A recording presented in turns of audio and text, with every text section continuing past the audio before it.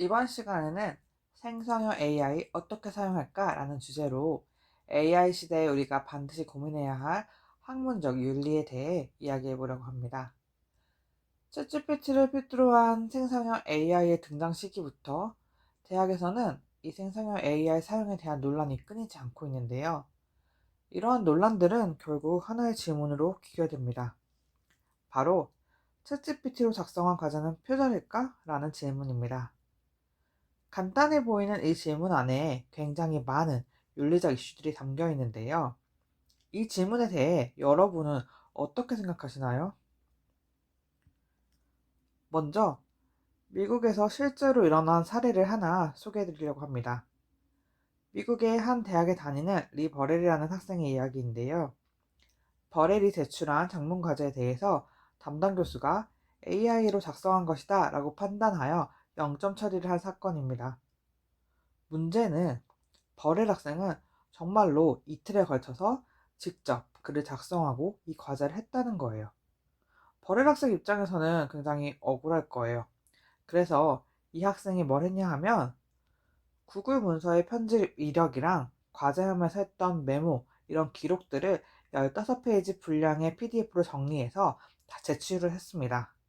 이렇게 제가 직접 썼고 직접 과제를 했습니다 라는 걸 증명하기 위해서요. 다행히 이런 노력 덕분에 성적은 복구가 되긴 했는데요. 그런데 이 이야기가 여기서 끝이 아닙니다.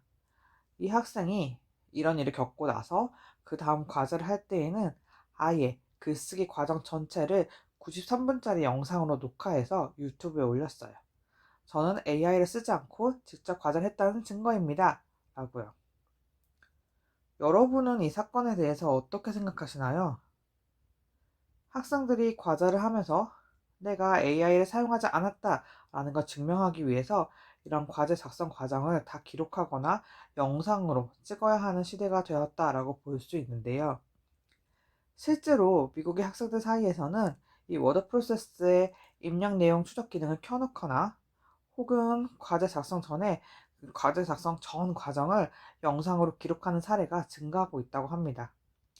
AI 탐지기 오tam률이 너무 높다 보니까 발생하는 일이라고 볼 수 있는데요.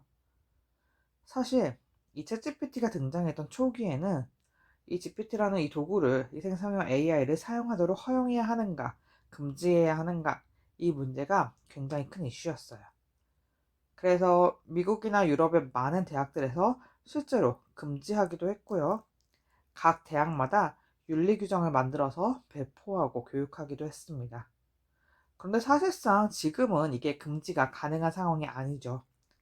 그래서 교수들도 학생들도 이 생성형 AI 사용에 관한 명확한 규정을 달라라고 요구를 하기도 하고요. 또 GPT 킬러와 같은 탐지 시스템을 탑재하기도 하는 등 여러 가지 노력과 변화가 나타나고 있는데요. 그러면서 앞에서 본 이 리버렐과 같은 사례들이 새롭게 등장하고 있는 것이죠. 이게 미국만의 문제가 아니라 국내 대학에서도 이런 사례들이 쏙쏙 등장하면서 문제가 되고 있는 이와 관련해서 재미있는 통계 자료를 하나 살펴볼게요. 펜실베이니아 대학의 연구 결과인데요. 이 통계 자료를 보면 팬데믹 기간 동안에 부적절한 행위, 그러니까 무질서한 행동이나 지시 불이행과 같은 사례들이 증가했고 학문적 윤리 위반 사례도 늘어난 것을 볼 수 있습니다. 그런데 이 학문적 위반 사례를 다시 세부적으로 살펴보면 재미있는 현상이 나타납니다. 전체적인 학문적 위반 사례는 오히려 감소했어요. 그런데 생성형 AI 사용을 포함하는 부당한 이득 취득 사례는 약 7배나 큰 폭으로 증가한 것을 볼 수 있습니다. 이게 무슨 의미일까요? AI의 등장으로 인해서 학문적 윤리 위반의 양상 자체가 변화하고 있다라고 볼 수 있습니다. 다시 말해서 전통적인 의미의 부정행위는 감소했는데 AI와 관련된 새로운 형태의 문제가 급증하고 있다는 것입니다. 자, 그럼 이제 조금 더 근본적인 질문으로 들어가 보겠습니다. 학문적 진실성이라는 게 뭘까요? 이 학문적 진실성이라는 것은 교육과 연구의 전 과정에서 정직함, 책임감, 공정성, 존중, 신뢰와 같은 윤리적 가치와 규범을 준수하는 태도와 그 실천을 의미하는데요. 각각의 요소가 어떤 의미인지 자세히 살펴볼게요. 먼저 학문적 진실성이 가장 기본이 되는 것은 정직입니다. 타인의 지적 산물을 자신의 것처럼 가장하거나 사실을 왜곡하지 않는 태도를 의미하죠. 여러분, 이게 왜 중요할까요? 학문이라는 게 결국은 진실을 추구하는 활동이라 할 수 있는데요. 누군가가 힘들게 연구하고 발견한 것을 마치 내가 발견한 것처럼 포장한다면 그건 학문의 본질을 훼손하는 거라 할 수 있습니다. 만약에 여러분이 열심히 자료조사를 하고 분석해서 과제를 다 했는데 다른 누군가가 그걸 자기 이름으로 제출했다고 생각해 보세요. 여러분은 어떤 기분이 들까요? 굉장히 화도 나고 배신감도 들겠죠. 내 노력과 시간이 도둑맞은 느낌일 거예요. 정직이라는 건 바로 이런 일이 일어나지 않도록 하는 가장 기본적인 약속인 겁니다. 두 번째, 책임감은 지적 활동의 결과에 대해 스스로 책임지는 자세를 의미합니다. 내가 한 과제, 내가 쓴 글에 대해 내가 스스로 책임을 진다는 거죠. 이게 무슨 의미냐면요. 만약에 내가 쓴 보고서에 잘못된 내용이 들어가 있다면 그건 내 책임이 되는 겁니다. 아, 저는 그냥 인터넷에서 봤어요 라고 변명할 수가 없다는 거고요. 특히 AI 시대에는 이게 더 중요해지는데요. 챗GPT가 그렇게 알려줬어요 라고 해서 책임을 회피할 수 없다는 것이죠. 내가 그 내용을 선택하고 그걸 내 이름으로 제출했다면 그 안에 들어있는 모든 내용에 대해서 내가 스스로 책임을 져야 하는 겁니다. 이 출처가 맞는지, 사실관계가 정확한지, 논리가 타당한지 이 모든 것을 검증하는 것이 결국은 내 책임이라는 것이죠. 세 번째는 공정성이에요. 이 공정성이라는 것은 평가, 인용, 협업 과정에서의 공평함을 포괄하는 개념입니다. 공정성은 여러 차원에서 나타나는데요. 먼저 인용에서의 공정성을 생각해 볼게요. 만약 어떤 주장을 인용하면서 내 주장을 뒷받침하는 자료만 인용하고 나와 반대되는 견해는 의도적으로 제외한다면 어떻게 될까요? 그건 불공정하고 나아가서는 독자를 기만하는 거라고도 할 수 있습니다. 협업 상황에서는 어떨까요? 여러분이 팀 프로젝트 할 때를 생각해 보세요. 누군가는 열심히 하고 누군가는 무임승차하는 경우가 종종 있는데요. 그럴 때 기여도를 정확하게 표시하는 것, 이게 공정성이라 할 수 있습니다. 평가에서의 공정성도 매우 중요하죠. 예를 들어서 AI를 사용할 수 있는 사람과 그렇지 않은 사람을 같은 기준으로 평가한다면 그게 과연 공정하다고 할 수 있을까요? 이런 것들을 고민하는 것이 바로 공정성입니다. 그럼 네 번째 요소는 존중인데요. 존중은 타인의 지식, 노력, 시간에 대한 배려와 예의를 말합니다. 이게 왜 중요한가 하면요. 학문이라는 것은 혼자 하는 것이 아니라 수많은 연구자들이 쌓아온 지식의 토대 위에서 우리가 한 발짝 더 나아가는 것이기 때문인데요. 이 존중 역시 다양한 층위에서 생각해 볼 수 있습니다. 첫째로 선행 연구에 대한 존중이에요. 누군가가 만약에 먼저 발견하고 연구한 내용이 있다면 그걸 제대로 인용하고 그 가치를 인정해 주는 것. 이 분야는 누구누구가 언제 처음 연구했습니다 라고 명시하는 것. 이게 굉장히 중요하고요. 두 번째는 타인의 시간에 대한 존중입니다. 예를 들어서 뭐 교수님이나 다른 사람에게 질문 메일을 보낼 때 5분이면 간단하게 몇 번 타이핑해보면 인터넷에 찾을 수 있는 내용을 물어본다면 그건 상대방의 시간을 존중하지 않는 거라고 할 수 있습니다. 반대로 내가 충분히 고민하고 조사하고 다 분석한 다음에 정말 필요한 질문을 한다면 그게 바로 존중이라고 할 수 있죠. 세 번째는 지적 노력에 대한 존중인데요. 만약 누군가가 막 10년을 수년간 연구해서 얻은 결과를 마치 별거 아닌 것처럼 다루거나 제대로 된 인정도 하지 않고 그냥 가져다 쓰면 안 된다는 거예요. 그리고 마지막으로 다양한 견해에 대한 존중도 있는데요. 비록 내 생각과 다르더라도 다른 연구자의 견해를 무시하거나 폄하하지 않는 태도를 말합니다. 그래서 이 연구는 이런 점에서 한계가 있지만 또 이런 면에서는 의미가 있다라고 객관적으로 평가하는 것이 중요합니다. 그런데 생성형 AI가 등장하고 AI 시대가 도래하면서 이 학문적 진실성이라는 개념이 흔들리고 있습니다. 왜냐하면 AI를 활용해서 작성한 과제에 대해서는 고의성을 판별하기가 너무 어렵고 탐지도 어렵기 때문입니다. 앞선 리버렐 학생의 사례처럼 AI 탐지기가 오탐을 하는 경우도 빈번합니다. 그렇기 때문에 이제는 단순히 탐지하는 것이 아니라 지식 생산의 주체성과 투명성이라는 윤리적 가치를 확장해서 생각할 필요가 있습니다. 중요한 것은 AI를 활용한 결과물과 학습자의 지적 활동 간의 관계를 어떻게 판단하고 명시할 것인가 하는 건데요. 핵심은 AI의 사용 여부가 아니라 그 활용 방식과 과정의 투명성이 중요하다는 것입니다. 첫 번째 이슈는 출처의 불명확성과 인용의 문제입니다. AI는 방대한 데이터를 학습하고 이를 바탕으로 새로운 산출물을 만들어내는데요. 여러분은 여러분이 사용한 AI가 학습한 데이터의 출처를 알고 계신가요?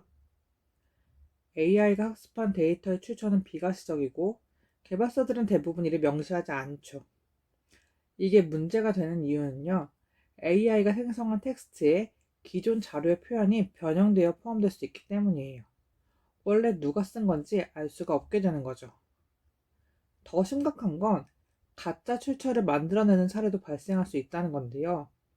여러분도 이미 잘 알고 계시듯이 챗GPT한테 이 주장에 대한 참고문을 좀 달아줘 라고 요청했을 때 실제로 존재하지 않는 논문임에도 그럴듯한 논문 제목이랑 저자 이름을 만들어내는 경우가 흔하게 발생하죠.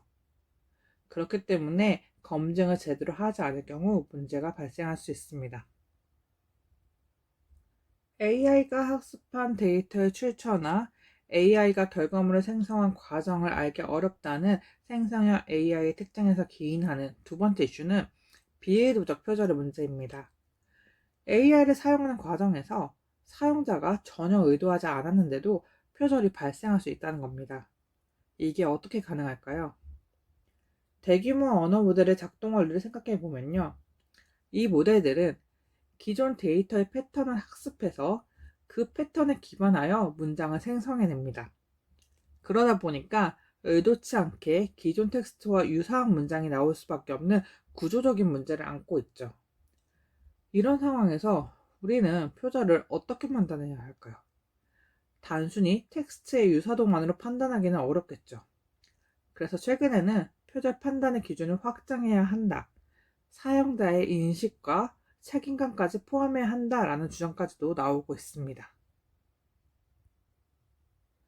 세 번째 이슈는 책임 소재 불명확성, 그리고 창작자 개념을 재정의해야 한다는 것인데요. 만약에 AI가 공저자로 참여하는 경우 그 저작권은 누구한테 있는 걸까요? 또 결과물에 대한 책임은 누구에게 있다고 보아야 할까요? 이게 명확하지 않죠. AI를 어느 수준으로 사용했는가 이것도 생각해 보아야 하는데요. 과연 어느 수준까지 사용한 것을 창작물로 보고 또 어느 수준부터 표절에 해당할까? AI의 활용 수준과 방식에 따라서 세분화해보면 크게 세 가지로 나눠볼 수 있습니다. 첫 번째 단계는 AI 보조 글쓰기입니다. 이 경우에는 인간 저자가 주도하고 참고하거나 일부를 보완하기 위해서 협업 도구로서 AI를 활용하는 방식이에요. 이 경우에는 인간 저자의 주도성이 높기 때문에 부정행위로 보일 위험이 낮습니다. 두 번째 단계는 AI 생성 글쓰기인데요. AI가 중심이 되어서 글을 작성하고 이걸 인간이 검토하고 보완하는 방식입니다. 이 경우에는 활용 수준에 따라서 부정행위로 간주될 위험도가 높아지게 되고요. 명확한 출처 표기, 그리고 저자가 어느 정도 기여했는지 그 기여도 표기가 요구됩니다. 세 번째 단계는 AI 대필인데요. 이 명칭에서도 알 수 있는 것처럼 AI가 글을 작성하고 이걸 그대로 사용하는 방식입니다. 이건 명백하게 학문적 부정행위에 해당하고요. AI 사용 여부를 고의로 숨길 경우에는 표절로도 간주될 수 있습니다. 자, 그럼 전통적 개념의 표절과 AI 시대의 표절 어떤 차이가 있는지 비교해 볼까요? 먼저 출처의 명확성 측면에서 보면 전통적 표절의 경우 출처가 명확히 존재합니다. 그래서 유사도 검사 같은 걸로도 비교적 정확하게 탐지가 가능했죠. 하지만 생성형 AI를 사용하는 경우에는 기존 텍스트를 혼합하거나 재구성하는 형태이다 보니 이 출처의 추적이 어렵고 탐지기를 했을 때 유사도가 낮게 나타나는 경향이 있습니다. 의도성의 측면에서 보자면 전통적인 개념의 표절은 스스로 저자가 스스로 타인의 저작물을 인용 없이 복사하거나 베끼는 형태이기 때문에 대부분 의도성을 명확하게 가지고 있었어요. 하지만 이 AI 시대에는 AI 도구가 학습한 데이터의 패턴을 흉내내서 유사한 문장을 만들거나 AI 도구가 생성한 문장에 원출처가 누락되는 경우처럼 사용자가 의도하지 않았음에도 표절이 발생할 수 있습니다. 책임 소재 측면에서 보면 전통적 표절은 창작자에게 명확히 그 책임이 귀속됐어요. 의도, 행위, 결과 모두 명확하게 책임을 부여할 수 있었죠. 하지만 AI의 경우에는 법적으로나 윤리적으로 책임 주체가 될 수 없어요. 그래서 사용자에게 책임이 귀속되는데 문제는 이 AI의 활용 수준에 따라서 그 경계를 명확히 하기 어렵다는 데 있습니다. 자, 그럼 이제 어떤 새로운 윤리 기준이 필요한지 살펴보겠습니다. 이 부분에서 우리가 꼭 짚고 넘어가야 할 중요한 질문들이 있는데요. 먼저 AI 도구를 어디까지 정당한 보조수단으로 인정할 것인가 하는 문제입니다. 예를 들어 글쓰기 과정에서 문법을 교정하거나 표현을 다듬기 위해서 AI를 사용하는 것은 비교적 허용되는 분위기입니다. 하지만 전체 문단을 생성해서 그대로 제출하는 것은 정당한 활용이라고 보기는 어렵죠. 이처럼 도움과 대체의 경계를 어디에 둘 것인가가 핵심입니다. 두 번째 질문은 학문적 책임의 주체는 누구인가 하는 질문입니다. AI가 작성한 문장을 그대로 가져다 썼다면 그 문장에 담긴 오류나 왜곡된 정보에 대한 책임은 누구에게 있을까? 결국 최종적으로 결과물을 제출하는 사람, 즉 학습자나 연구자가 그 책임을 져야 합니다. AI가 도움을 줄 수는 있지만 판단과 검증의 책임은 인간에게 있다는 점을 잊어서는 안 됩니다. 세 번째는 창작성이라는 개념을 어떻게 정의할 것인가입니다. 이제는 완전히 새로운 것을 만들어내는 것만이 창의적인 활동이라 보기는 어렵습니다. AI가 제안한 것을 참고하더라도 그 결과를 비판적으로 재구성하고 새로운 맥락 속에서 적용한다면 이러한 능력 또한 창의성의 중요한 형태라고 볼 수 있습니다. 즉, 창의성의 의미 자체가 변화하고 있다고 볼 수 있는 셈이죠. 마지막으로 공정한 평가 기준을 어떻게 마련할까 하는 과제입니다. AI의 활용이 개인의 역량 차이에 따라 다르게 나타날 수 있는 만큼 단순히 결과물만으로 평가하는 것은 점점 어려워지고 있습니다. AI의 사용 여부뿐 아니라 어떻게 사용했는지, 어떠한 사고 과정을 거쳤는지를 함께 평가하는 방식이 필요합니다. 이 네 가지 질문을 단순한 윤리적 고민을 넘어 앞으로의 학습과 연구 문화 전반을 새롭게 설계하기 위한 출발점이 될 것입니다. 이 질문들은 결국 AI의 활용이 학문적으로 정당한가 아니면 부정행위에 해당하는가를 판별하는 기준으로 이어지게 되는데요. 생성형 AI 시대의 새로운 학문적 부정행위 판단 기준을 다음과 같이 정리할 수 있습니다. 첫 번째는 사용자의 실질적 기여도입니다. AI가 아무리 뛰어나더라도 학습자 본인이 얼마나 지적 노력을 기울였는가가 중요합니다.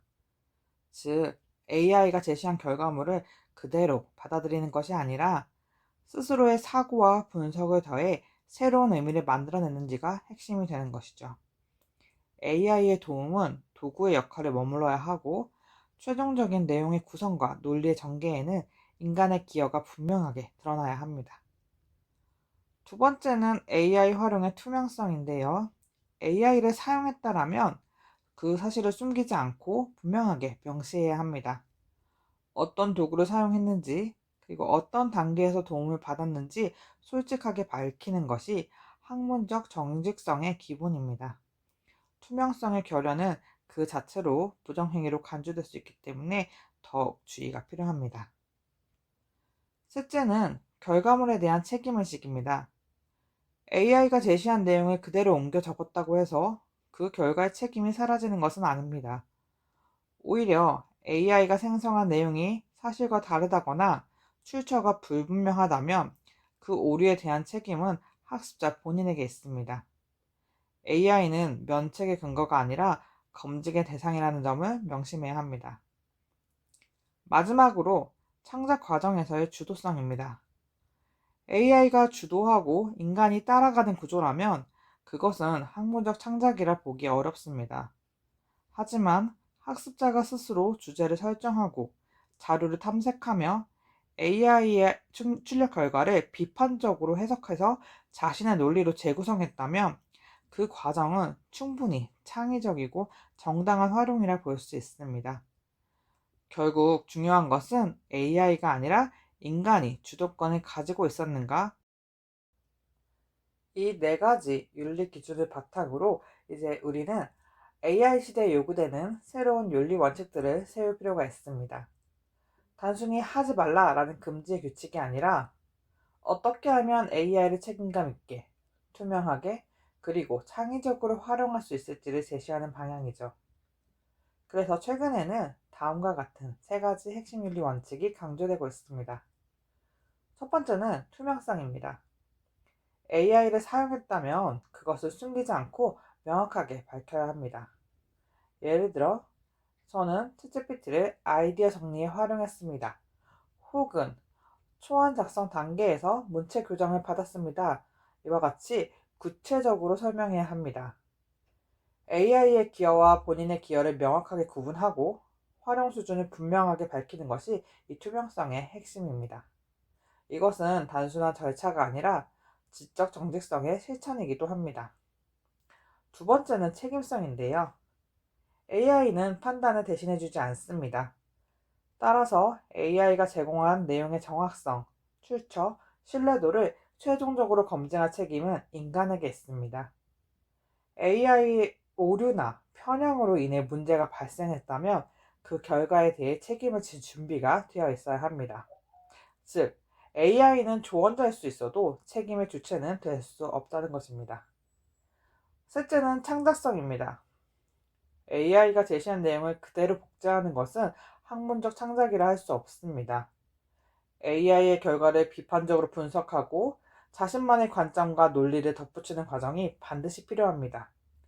이때 중요한 것은 결과물의 완성도보다 그 과정 속에서 얼마나 스스로 사고하고 재구성했는가입니다. AI를 활용하되 그 안에 자신의 생각이 분명히 녹아 있어야 합니다. 결국 투명성, 책임성, 창작성이라는 이 세 가지 원칙은 앞서 살펴본 네 가지 판단 기준, 실질적 기여도, 투명성, 책임의식, 주도성을 실천적으로 구체화한 것입니다.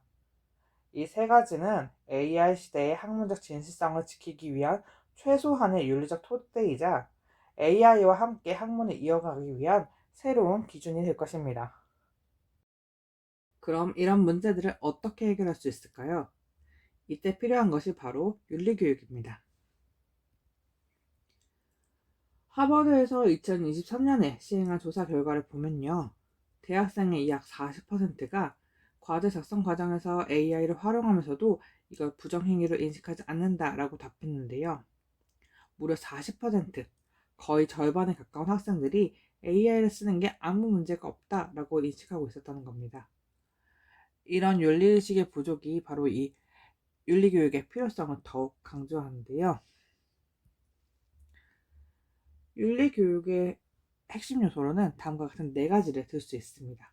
첫째, 사례 중심 교육이 필요하고요. 둘째, 자기 반성의 기회를 제공해야 합니다.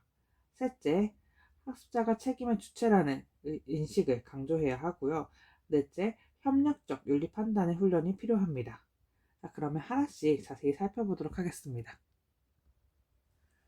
먼저 사례 중심 교육입니다. 윤리라는 개념은 본질적으로 매우 추상적이기 때문에 단순히 옳고 그름을 개념적으로 배우는 것만으로는 충분하지 않습니다. 학생들이 실제 상황 속에서 윤리적 판단이 어떻게 요구되는지를 몸으로 느끼고 스스로 사고할 수 있도록 하는 경험이 필요합니다. 이를 위해서는 구체적인 사례를 중심으로 윤리를 가르치는 접근이 효과적인데요. 실제 사례를 다룰 경우 학생들은 단순히 지식을 습득하는 것을 넘어서 상황의 맥락을 이해할 수 있게 됩니다. 왜 이런 일이 발생했을까? 여기서 어떤 행동이 더 책임 있는 행동일까? 이와 같은 질문들을 통해서 자신이 판단 기준을 스스로 점검하고 윤리적 민감성을 기를 수 있게 됩니다. 예를 들어서 우리가 앞에서 리버렐의 사례를 살펴봤는데요. 이 사례를 통해서 AI 도구를 사용하다가 학문적 부정행위로 오해받는 실제 상황. 먼저 사례 중심 교육입니다. 윤리라는 개념은 본질적으로 매우 추상적이기 때문에 단순히 옳고 그름을 개념적으로 배우는 것만으로는 충분하지 않습니다. 학생들이 실제 상황 속에서 윤리적 판단이 어떻게 요구되는지를 몸으로 느끼고 스스로 사고할 수 있도록 하는 경험이 필요한데요. 이를 위해서는 구체적인 사례를 중심으로 윤리를 가르치는 접근이 효과적입니다. 실제 사례를 다룰 경우 학생들은 단순히 지식을 습득하는 것을 넘어 상황의 맥락을 효과적으로 이해할 수 있게 됩니다. 왜 이런 일이 발생했을까? 여기서 어떤 선택이 더 책임 있는 행동일까? 이 같은 질문을 통해서 스스로 자신의 판단 기준을 점검하고 윤리적 민감성을 기를 수 있게 됩니다. 앞서 우리는 리버렐 학생의 사례를 살펴봤는데요. 이처럼 AI 도구를 사용하다가 학문적 부정행위로 오해받는 실제 상황을 살펴보기 위해서 버렐의 사례를 사용했고요. 이런 이야기를 들으면 학생들은 자연스럽게 나라도 이런 상황에서 비슷하게 행동했을까? 나라면 어떻게 했을까? AI 도움을 받는 것이 어디까지 허용될까? 이런 질문들을 스스로 하고 자신의 태도를 성찰하게 됩니다. 이처럼 사례를 기반으로 하는 윤리학습은 수상적인 윤리의 개념을 현실 속 행동 기준으로 구체화하는 데 큰 도움을 줄 수 있습니다. 교사가 던지는 단 하나의 질문이 학생의 사고를 깊게 만들 수 있고요. 당신이 리버렐이었다면 어떤 결정을 내렸겠습니까? 이런 질문을 통해서 학생의 사고를 유도할 수 있는 것이죠. 결국 윤리교육의 목적은 지식을 암기하는 것이 아니라 윤리적 판단과 성찰 능력을 실제 맥락 속에서 발휘할 수 있는 인간을 기르는 것입니다. 이를 고려했을 때 그 출발점은 언제나 실제 사례에서 비롯된 공감과 질문이어야 한다는 걸 알 수 있습니다. 먼저 사례 중심 교육입니다. 윤리라는 개념은 본질적으로 매우 추상적이기 때문에 단순히 옳고 그름을 개념적으로 배우는 것만으로는 충분하지 않습니다. 학생들이 실제 상황 속에서 윤리적 판단이 어떻게 요구되는지를 몸으로 느끼고 스스로 사고할 수 있도록 하는 경험이 필요합니다. 이를 위해서는 구체적인 사례를 중심으로 윤리를 가르치는 접근이 효과적입니다. 실제 사례를 다루게 되면 학생들은 단순히 지식을 습득하는 것을 넘어 상황의 맥락을 효과적으로 이해하게 됩니다. 왜 이 같은 일이 발생했을까? 여기서 어떤 선택을 하는 것이 더 책임 있는 행동일까? 이러한 질문들을 통해서 학습자들은 자신의 판단 기준을 점검하고 윤리적 민감성을 기를 수 있게 됩니다. 앞서 우리는 리버렐의 사례를 이용해 AI 도구를 사용하다가 학문적 부정행위로 오해받은 실제 상황을 살펴보았는데요. 이런 이야기를 들으면 학생들은 자연스럽게 나라면 어떻게 했을까? 나라도 이런 상황에서 비슷하게 행동했을까? AI의 도움을 받는 것이 어디까지 허용될까? 이와 같은 질문을 스스로 던지고 자신의 태도를 성찰하게 됩니다. 이처럼 사례 기반 학습은 추상적인 윤리 개념을 현실 속 행동 기준으로 구체화하는 데 큰 도움을 줍니다.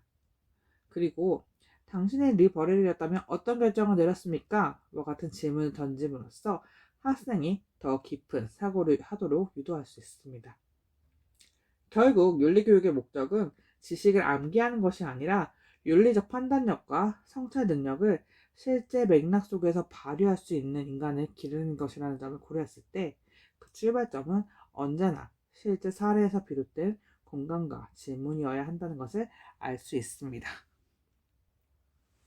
두 번째로는 자기 반성의 기회를 제공하는 것입니다.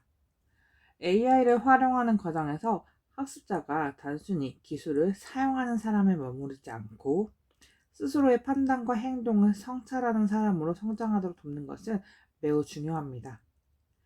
AI 시대 윤리 교육은 무엇을 하라 보다는 왜 그렇게 했는가를 스스로 묻게 하는 데 초점을 두어야 합니다. 즉, 학습자가 자신의 행동과 선택을 끊임없이 되돌아보며 그 안에서 윤리적 판단의 기준을 스스로 형성할 수 있도록 이끌어야 합니다. 이를 위해 교사는 학습자에게 다음과 같은 질문을 던질 수 있습니다. 나는 AI를 어떻게 활용했는가? 내가 직접 판단한 부분은 어디이고 AI의 제안에 의존한 부분은 어디인가? AI 도구를 사용하기 전과 후 내 사고의 흐름은 어떻게 달라졌는가? 이런 질문들은 단순한 자기 점검을 넘어 AI와의 관계 속에서 자신의 인지적 주체성을 되짚어보게 하는 성찰의 과정이 됩니다. 이러한 반성의 과정은 한 번으로 끝나서는 안 됩니다. AI의 사용은 점점 더 일상화되고 그만큼 윤리적 판단의 순간도 자주 찾아오기 때문입니다. 따라서 지속적이고 반복적인 자기성찰 활동이 필요합니다. 예를 들어 학습 의지나 포트폴리오 형태를 사용하며 AI를 사용한 과정과 판단 근거를 기록하도록 할 수 있습니다. 시간이 지남에 따라 이 데이터들이 축적되면서 자신의 변화와 윤리적 성장 과정을 학습자가 스스로 확인할 수 있습니다. 이런 반복적인 반성의 과정은 단순한 도덕 교육을 넘어 도덕적 판단의 일관성을 높이고 윤리적 가치가 내면화되는데 결정적인 역할을 할 수 있습니다. 결국 중요한 것은 AI를 올바르게 사용하는 방법을 단순히 배우는 것이 아니라 AI를 사용하는 나 자신을 올바르게 이해하는 능력을 기르도록 하는 것입니다. 즉, 윤리교육의 중심은 기술이 아니라 사람이라는 것을 기억해야 합니다. AI 활용의 모든 순간에서 스스로를 점검하고 지금의 내 선택이 책임 있는 행동인가를 되묻는 태도, 이것이 바로 AI 시대에 요구되는 진정한 자기 성찰의 힘이라 할 수 있습니다. 세 번째는 자기 자신이 책임의 주체라는 인식을 강화해야 합니다. 이 부분은 AI 시대의 윤리 논의에서 가장 핵심적인 지점이라 할 수 있습니다. AI는 어디까지나 수단일 뿐입니다. 하지만 사람들은 종종 그 사실을 잊고는 하는데요. AI가 점점 더 정교해지고 결과물의 완성도가 높아질수록 우리는 더 쉽게 AI가 해줬으니까 괜찮겠지 라는 안일한 생각에 빠질 수 있습니다. 그러나 AI는 대신 판단해주거나 책임을 져주는 존재가 아닙니다. 결과에 대한 책임은 언제나 그 기술을 사용한 사람에게 있습니다. 예를 들어 AI가 잘못된 정보를 제공하거나 사실을 왜곡했을 때 그로 인해 생긴 문제를 AI가 틀린 거예요 라고 말하며 회피할 수는 없습니다. AI는 도구이고 그 도구를 선택하고 활용한 판단의 주체가 바로 인간, 나 자신이기 때문입니다. 따라서 AI가 제시한 결과를 그대로 받아들이는 것이 아니라 항상 비판적으로 검토하고 필요한 경우 수정하거나 보완해서 사용하는 태도가 필요합니다. 즉, AI를 사용할 때마다 이 내용이 사실인가? 이 근거는 타당한가? 라는 질문을 던지는 습관을 길러야 한다는 것이죠. 여기서 중요한 것은 이런 논의가 AI 사용을 금지해야 한다, 금지하자라는 이야기가 아니라는 점입니다.